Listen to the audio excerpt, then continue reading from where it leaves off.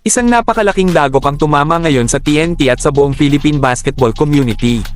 Sa gitna ng mainit na laban kontra Meralco sa game ng PBA Commissioner's Cup Semifinals, biglang naputol ang momentum ng tropang Giga matapos ang hindi inaasahang injury ng kanilang import na si Bol Bol.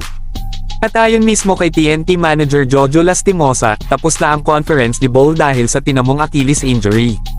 Ibig sabihin, malabong makita pa natin siyang muling maglaro ngayong conference, at posible ring iyon na ang huling pagkakataon niyang makalaro sa PBA kung hindi na siya bumalik sa mga susunod na season. Mas masakit pa rito, kontrolado na sana ng TNT ang laro. Hawak nila ang 11-point lead bago nangyari ang injury. Pero nang mawala si Bol Bol, ramdam agad ang pagbabago sa takbo ng laban. Unti-unting bumalik ang Meralco hanggang tuluyang kunin ang panalo, 87-76 para itabla ang serye sa 1-1. Hindi rin naitago ni Coach Chot Reyes ang kanyang pagkadismaya. Aminado siyang napakalaking kawalan ni Bol Bol para sa sistema ng TNT. Kahit pa raw makahanap sila agad ng kapalit na import, mahirap pa rin ang adjustments dahil panibagong chemistry na naman ang bubuuan nila sa gitna mismo ng semifinals. Pero gaya nga ng sinabi ni Chot, bahagi na talaga ng basketball ang injury. Walang choice ang TNT kundi lumaban at humanap ng paraan para maipagtanggol ang kanilang kampyonato. At ngayon, dalawang pangalan ang lumulutang bilang posibleng kapalit ni Bol Bol, sina Marquez Crist at Darius Days. Pareho pang nasa Amerika kaya nakadepende ngayon ang TNT kung sino ang unang makakapunta sa Pilipinas.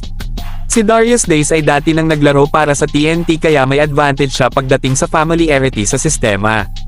Pero ayon kay Jolas, kung championship ang pag-uusapan, mas malaki raw ang chance nila kung si Marquez Crist ang makukuha nila dahil sa laki, athleticism, at NBA experience nito.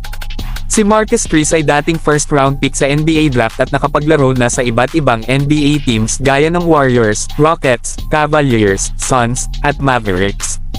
Habang si Darius Days naman ay mas bata at may experience din sa NBA bago tuluyang lumero overseas. Ngayon, malaking tanong para sa TNT, sapat pa ba ang kanilang lalim para makabangon matapos mawala ang kanilang pinakamalaking sandata? O ito na ba ang simula ng pagbagsak ng kanilang title defense? Kayong mga ka-Hops, ano sa tingin ninyo? Sino ang mas bagay maging bagong import ng TNT, si Marquez Crist ba o si Darius Days? Comment nyo lang sa baba. At kung gusto ninyo ng mas marami pang basketball updates, game analysis, at maiinit na balita sa mundo ng hoops, huwag kalimutang mag-subscribe dito sa Race Hoops Universe. Maraming salamat mga idol, at hanggang sa susunod nating basketball update.